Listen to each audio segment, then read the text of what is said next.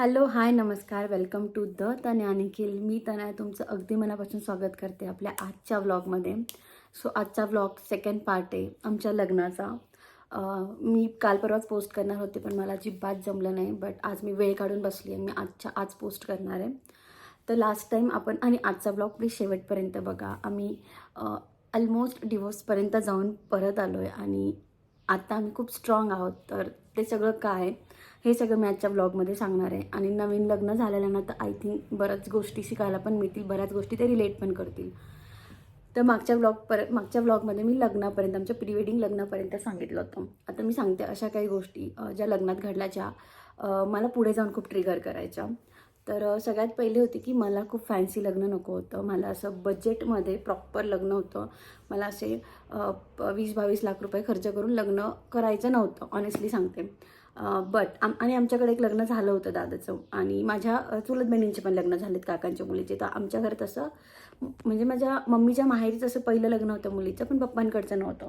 तर मी अशी खूप जास्त एक्सायटेड पण नव्हती, खूप जास्त हाईप पण नव्हती मला लग्नाची, की मला हे असं करायचं, मला ते तसं करायचं आहे. एक्झॅक्ट अपोजिट निखिलच्या साईडला होतं. निखिलच्या घरातलं पहिलं लग्न होतं आणि त्यात तो एकुलता आहे की त्याला बहीणही नाही आहे, त्याला भाऊ पण नाही आहे. सो त्याच्याकडे खूप जास्त एक्साइटमेंट होती. सो जेव्हा लग्न ठरलं, आमचं बैठक झाली, तेव्हा त्यांचं असं होतं की नाही, ह्याच लॉन्सला लग्न पाहिजे, ह्याच एरियात लग्न पाहिजे, रात्रीचंच लग्न पाहिजे, हाच केटरिंगवाला पाहिजे, हाच डेकोरेशनवाला पाहिजे. आणि माझे पप्पा हो म्हटले. ही इज लाईक की मुलीचं चांगलं होतं, he is okay with it. But मला ते कुठेतरी मान्य नव्हतं. तर घरी माझी आणि पप्पांची खूप चिडचिड व्हायची. म्हणजे माझी पप्पांवर खूप चिडचिड व्हायची की तुम्ही खूप फालतू खर्च करताय, मला हे पटत नाही आहे. आणि ते त्यांचं असं असतं की शांत बस, तुला यातल्या काही गोष्टी कळत नाही. तर मग मी शांत बसून घ्यायची. बट मला डोक्यात बॅकएंडला फिरायचं की यार हा वेस्टेज आहे हे सगळं. बट ऐकावं लागतं घरच्यांचं पण. आणि मुळात माझ्या मम्मी पप्पांना पण माझ्या लग्नाची बऱ्यापैकी अशी हौस होती, की माझ्या आईला असं होतं की नऊवारी साडी पाहिजे. मला नऊवारी साडी घालायची नव्हती वैदिकला, पण मला इकडच्यांनी पण सांगितलं की नऊवारी घालावी लागेल. मग आणि मुळात माझ्या आईची पण खूप हौस होती. मग ती बोलली की नाही, मला तुला असं बघायचं आहे, तसं तसं. अशा हळूहळू गोष्टी वाढत गेल्या. हो, तरी पण ज्या माझ्या गोष्टी होत्या त्याच्यात मी खूप जास्त खर्च नाही केला. म्हणजे साड्या म्हणा किंवा पार्लरवाली म्हणा, कारण की मला तेवढी एक्साइटमेंटच नव्हती. हो, लग्न होतं आहे, दॅट्स इट. असं काही खूप मोठं होतं आहे असं माझ्या डोक्यात नव्हतं. सो आमचं असं ठरलं होतं की हळदीच्या दिवशी पटकन 5-5 तांबे घालून आंघोळ करून घ्यायची आणि स्टेजवर जायचं लगेच. कारण की आम्ही स्टेज वगैरे केलं होतं, प्रॉपर प्लॅनिंग होतं नीट छान. बट आता मी तुम्हाला लग्नाचं सांगते. हळदीच्या दिवशीची गोष्ट आहे. माझ्या घरातल्या सगळे मेकअप करायला गेले होते पार्लरमध्ये. मी घरात बसलेली होती. मी अगदी साधी साडी घातली होती. मी ते कोपऱ्यात फोटो टाकेल. अगदी sari, no makeup, not even a lipstick. एकदम प्लेन, फक्त मॉइश्चरायझर लावलेलं होतं मी, बिकॉज कारण की असं ठरलेलं होतं. हे याच्या वेळेस सांगते, म्हणजे सगळे पार्लरमधनं मेकअप करून आले आणि सगळे गेले लॉन्सवर. लास्टला मामा आला होता. मला, मम्मीला आणि अजून कोणीतरी होतं आम्हाला न्यायला. मी गेली, सगळे मेकअप करून होते. But that's okay. म्हणजे आमचं असंच ठरलं होतं की 5-5 तांबे टाकायचे. म्हणून मी पार्लरला ताईला सांगितलं होतं की तू नंतर आहे, म्हणजे तू 6 वाजता आहे मेकअपला, कारण माझी 7 वाजता हळद सुरू होणार होती. आमचा साखरपुडा वगैरे आधीच झालेला होता. तर मी तिथे गेली. जेवढे पाहुणे आलेले होते सगळे मेकअपमध्ये. माझ्या घरी माझ्या माम्या, मावश्या, माझ्या बहिणी, छोटे छोटे आमचे मनू, पिऊ सगळे मेकअपमध्ये होते. मी प्लेन चेहरा, नो लिपस्टिक, काहीच नव्हतं. कारण काही करायचंच नव्हतं ना. 5 तांबे घेऊन मला आज जायचं होतं. खूप बेसिक होतं. आणि मी अगदी साधी सुभाषची एक साडी घातली होती 800-900 रुपयाची. कारण ते बोलतं की ती हळदीची साडी फेकायची नसते, ती यूज करून टाकायची असते. तर मग मी अशी घेतली होती की मला लग्नानंतर महिना दीड महिना ती यूज करून टाकता येईल.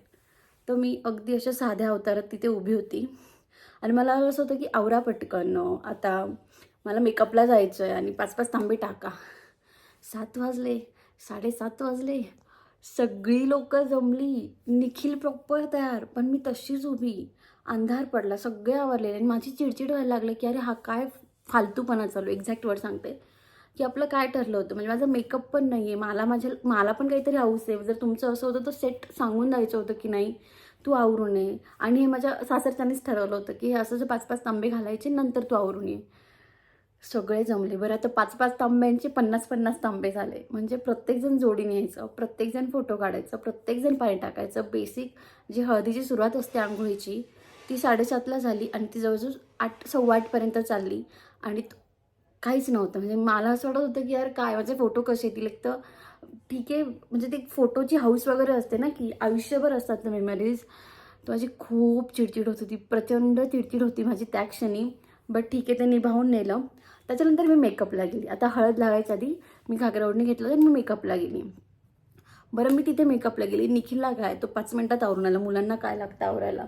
पण माझी पार्लरवाली ताईच तेव्हा, म्हणजे ती येऊन बसलेली होती, बट तिने मेकअप सुरू केला. ऑफकोर्स माझा आंघोळ वगैरे, मला ती हळद काय असतं ते बेसिक करून मी तिथे बसली आवरून ड्रेस घालून. तिने माझा मेकअप सुरू केला आणि मी मेकअपला बसली आणि कंटिन्यू सगळे यायचे, चल चल चल चल चल सगळे वाट बघताय, चल चल चल सगळे वाट बघताय.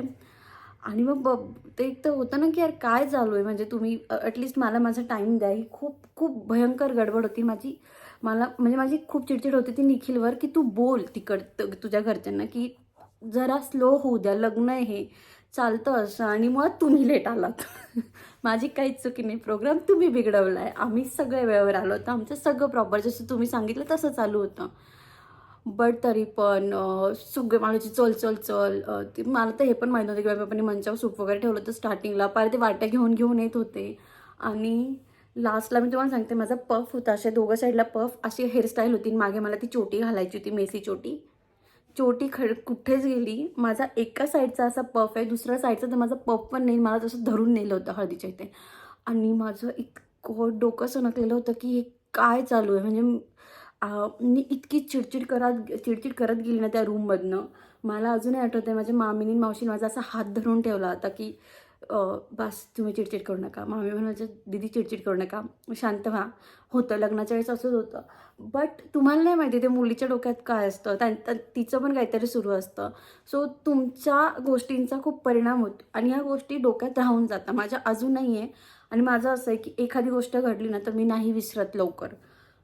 तर ती एक होती. पुन्हा मग कशी तरी हळद लावली, मग रात्री तो नाच गाणं. मग माझे थोडेसे नाचायचे पण लिमिटेशन्स होते माझ्यावर की नाचू नको नाचू नको. म्हटलं ठीक आहे, एक तर मला नाचायला खूप आवडतं. म्हटलं ठीक आहे चला, चलता है. दुसऱ्या दिवशी कट्टू आमचं 9:30 वाजता वैदिक होतं. खूप हौस होती यांना वैदिकची. आणि मग मी ताईला बोलवलं 6 वाजता मेकअपला. 6:30 वाजता आणि 7 वाजेपर्यंत माझं सगळं आवरलेलं होतं.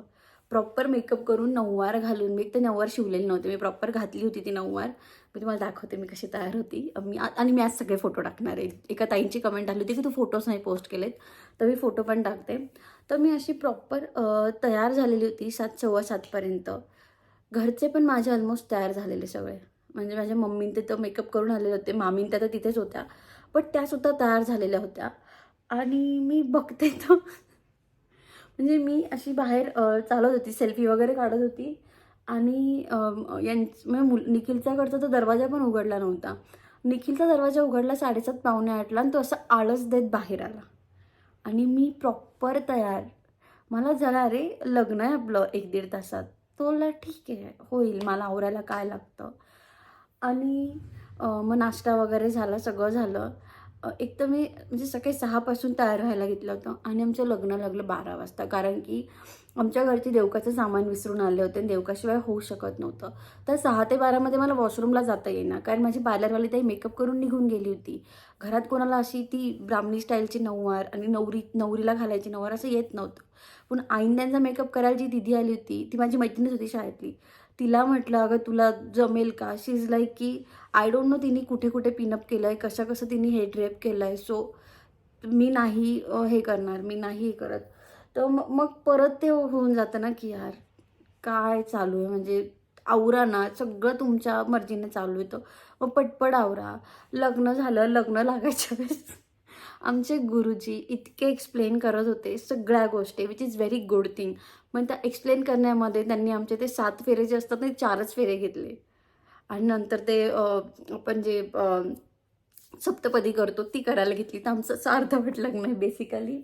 बट ठीक आहे, ते खूप छान फेज होता. मग एका पॉईंटला सगळे खूप इमोशनल झाले होते जेव्हा गुरुजी सांगत होते की कन्यादान काय असतं. मी पण थोडी रडायला लागली होती, कारण मी ऑलरेडी माझ्या मम्मी पप्पांच्या बाबतीत खूप जास्त इमोशनल आहे. आणि हळदीच्या दिवशी पण हळद लावताना ह्या सगळ्या गोष्टी तर होताच. पण एक हे पण होतं की यार जायचं आहे मम्मी पप्पांना सोडून, म्हणून मी हळदीच्या वेळेस पण खूप रडायला लागली होती. जेव्हा माझी मावशी आली होती मुळात हळद लावायला, नंतर दादा वहिनी आले. तर आणि जेव्हा पप्पा आले जेव्हा तर मला कंट्रोलच झाला नाही, तर मी अशी ढसढस रडायला लागलेली होती. मला समजवायला किती लोक आले की रडू नको असंच असतं म्हणून. आमचे तात्या आले होते गर्दीतून की नको नको रडू नको असं तसं. तर असतात त्या गोष्टी. फायनली सगळं झालं. लग्नाची गोष्ट सांगते तुम्हाला आता मी. माझं लग्न होतं 8 जूनला आणि माझं लग्न होतं, जे नाशिक साईडच्या असलेल्यांना माहीत असेल, सोमेश्वरला गुप्ता लॉन्सला. तर एक तर पावसाची सुरुवात होते 5-6 जूनपासून आणि सोमेश्वर, त्र्यंबक आमच्याकडे असा भाग आहे ना जिथे भयंकर पाऊस असतो. बट यांना तिकडच्या साईडला लग्न हवं होतं म्हणून तेच लॉन्स घेतलेलं होतं. आणि तुम्हाला सांगते सकाळपर्यंत काहीच नव्हतं आणि मेन त्या पॉइंटला पूर्ण नाशकात पाऊस होता. 5:30-6ला पूर्ण नाशिकमध्ये पाऊस होता. सगळीकडे झाडं पडलेली होती आणि सोमेश्वर साईडला वातावरण व्हायला सुरुवात झाली होती. माझी पार्लरवाली दीदी आली आणि ती भिजून आली होती येताना आणि शी इज लाईक की यार तनया खूप पाऊस आहे बाहेर. आणि मला ऑनेस्टली सांगते माझ्या डोक्यात असं काहीच नव्हतं की माझं लग्न आहे हे ते. मला अजून आठवत होतं सीन, ती दीदी माझा मेकअप करत होती. माझ्या मागे रिंकू मावशी बसलेली होती. ती कंटिन्यू गजानन महाराजांचं हे करत होती की प्लीज नका येऊ देऊ. आई येत जात होती बाहेर, तर आईच्या चेहऱ्यावर असं खूप टेन्शन होतं की यार पाऊस नको यायला. माझ्या पप्पांना काहीच माहीत नव्हतं, कारण माझे पप्पा त्या याच्यात उभे होते स्टार्टिंगला. तो महिरप वगैरे असतो ना, तो पूर्ण पॅक असतो जिथून बाहेरचं वातावरणच दिसत नाही. तो इज लाईक ओके. दादा यायचा मधून की दीदी काहीच नाही, नाही येणार पाऊस चिल. बट तो पण खूप जास्त टेन्शनमध्ये होता. वहिनी इज लाईक यार नको यायला पाऊस. तर असे खूप हे होते आणि माझ्या डोक्यात फक्त एवढं होतं की यार माझ्या बापाने खूप पैसा लावला आहे. बाप्पा प्लीज इज्जत राख, प्लीज पाऊस नको येऊ तू, प्लीज पप्पांचा पैसा वाया नको जाऊ देऊ. मला माझ्या मेकअपचं नव्हतं पडलं, माझ्या लग्नाचं नव्हतं पडलं. इट इज लाईक की खूप मेहनत असते ना, तर नको होऊ देऊ. मी राईट नाव पण इमोशनल, बट हां ते तेव्हा माझ्या डोक्यात होतं. बट थँक गॉड पूर्ण नाशकात पाऊस होता. लॉन्सच्या बाहेर पाऊस होता, बट लॉन्समध्ये पाऊस नव्हता. आमच्यावर महाराजांची खूप कृपा आहे. त्या दिवशी पण त्यांनीच आम्हाला तारलं. माझ्याकडे स्टेजवर जे लोकं बोलायला यायचे ना, ते पण म्हणायचे अगं हा भाग सोडून सगळीकडे पाऊस आहे. एवढा हा गोलाकार सोडून सगळीकडे पाऊस आहे. बट तरी पण जवळ 2,000-2,500 लोकं लग्नाला होती माझ्या. सो असं झालं, लग्न झालं आणि आता मी सांगते लग्नानंतरच्या गोष्टी. सो लग्न वगैरे लावून आम्ही 2-2:30 वाजता घरी आलो. दुसऱ्या दिवशी सगळे कार्यक्रम झाले. इथे असं कोणी एक्सायटेड नव्हतं फोटो काढायला आणि ते जे हळद उतरवायचे वगैरे कार्यक्रम असतात आणि मी नवीन नवरी, मी थोडीच म्हणाली फोटो काढा. तर मला असं वाटलं निखिल तू तरी बोल, but he is like not. आणि मी पण तेव्हा एवढी खूप जास्त बोलतही नव्हती. सो ते झालं. नंतर माझं परतमोड झालं. माझं परतमोडच्या वेळेस निखिलचं विजाचं काम होतं, त्याच्यामुळे तो मुंबईला का दिल्लीला कुठेतरी गेला होता. तिकडनं तो आला आणि तिसऱ्या दिवशी आम्ही देवदर्शनाला गेलो. देवदर्शनाला आम्ही जेजुरी, तुळजापूर आम्ही सगळेच गेलो होतो. आई, तात्या आणि आम्ही चौघं. आणि येता येता आम्ही पुण्याला गेलो आमच्या घरी. तर तिथून खरं सुरू झालं आणि डोक्यात असतं माझं असं होतं की मुलाचं पुण्याला फ्लॅट आहे. कोणीच बघितलेलं नव्हतं माझ्या घरच्यांनी. आणि सगळं थकून आम्ही तिकडे गेलो. जेव्हा मी घरात घुसली, पुण्याचं फ्लॅट छोटेच असतं.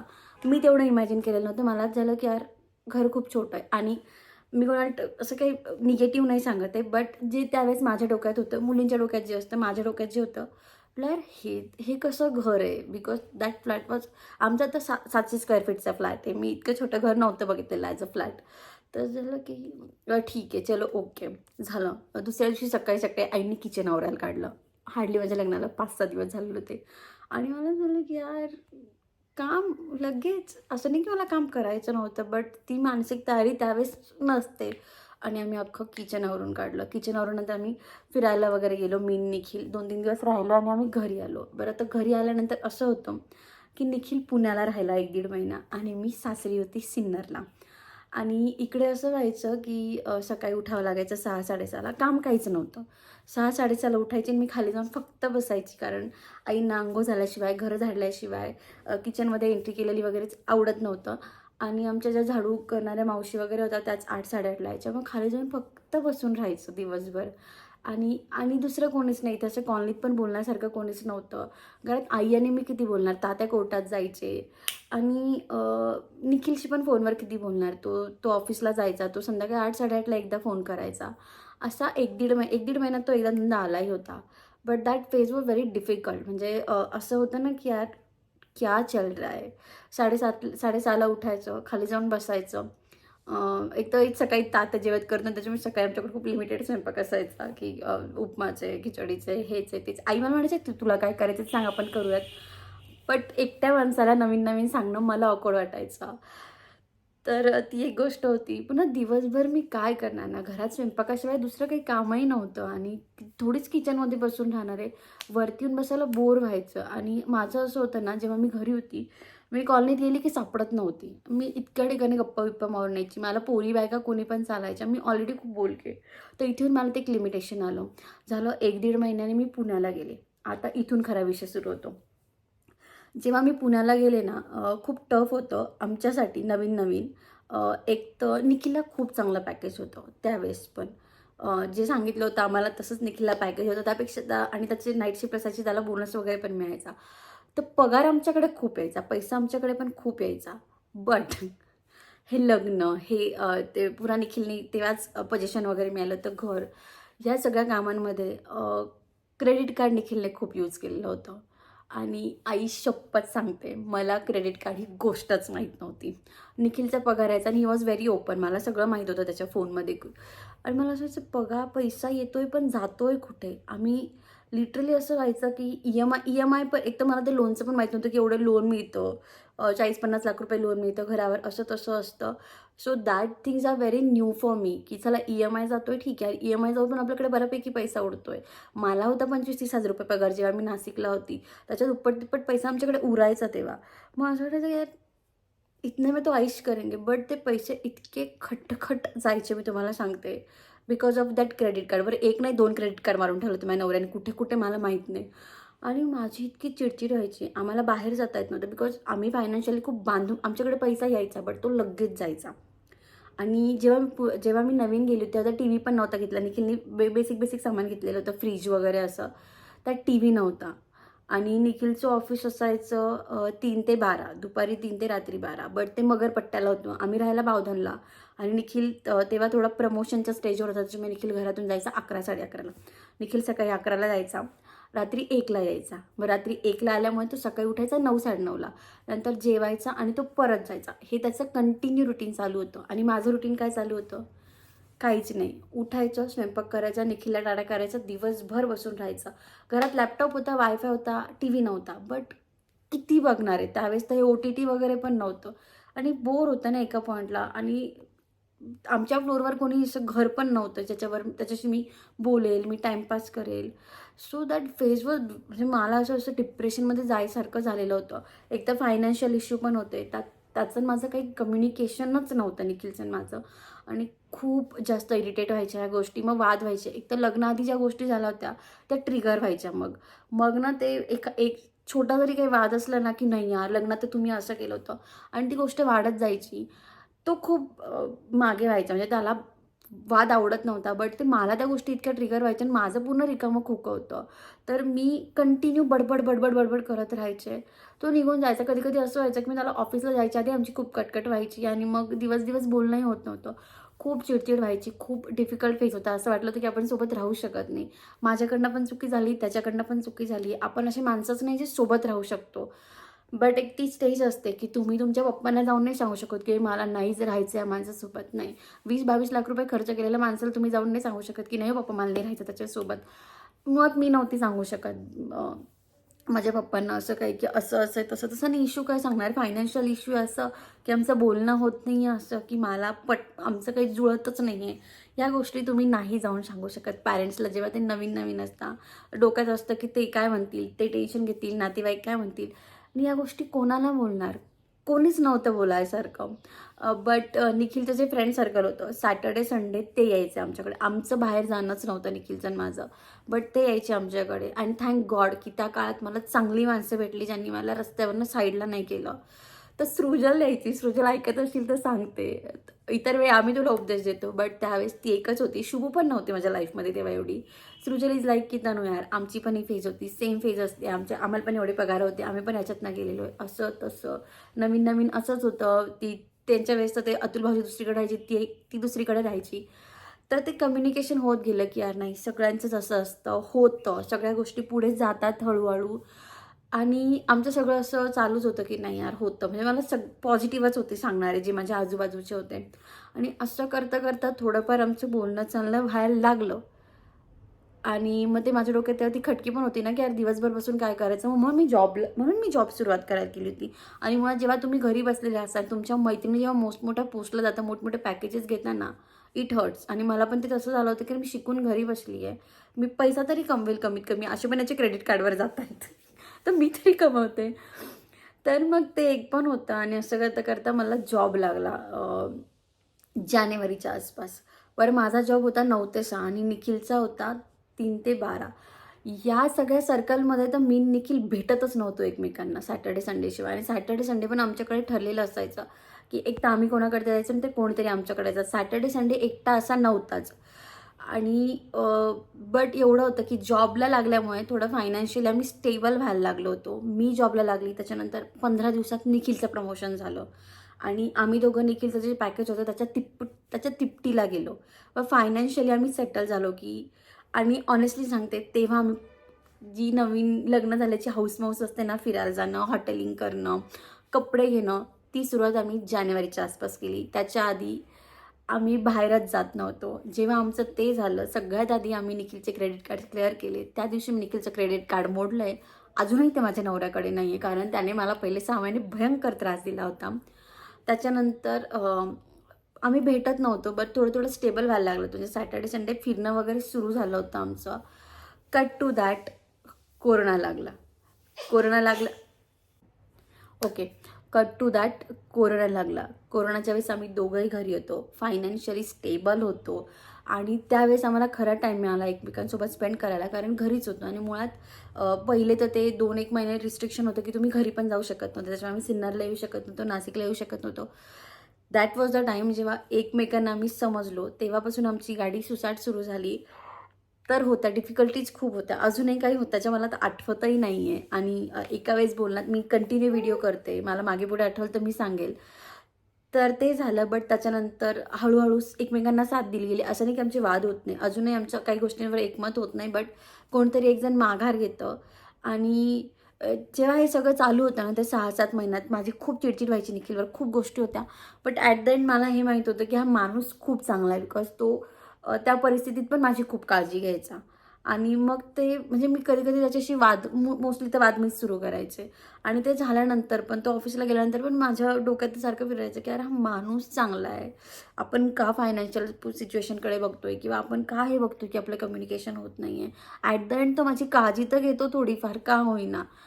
आणि असं करता ते कुठेतरी कोरोनात आमचं छान जुळलं, खूप छान जुळलं.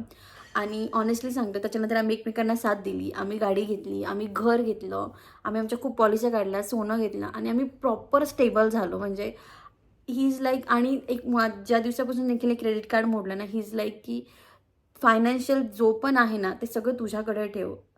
आणि तेव्हापासून सगळा जो आमच्याकडे पैसा येतो दोघांना मिळून, त्याचा सगळा हिशोब मी बघते आणि ही इज लाईक ओके. म्हणजे त्याचं असं नाही की बायकोकडे असं, त्याचं असं काही नाही आहे. बिकॉज त्याचं हे पण एक होतं, की एक तर तो खूप ब्रँड ॲडिक्टेड आहे आणि मी खूप स्ट्रीट शॉपिंगवाली आहे.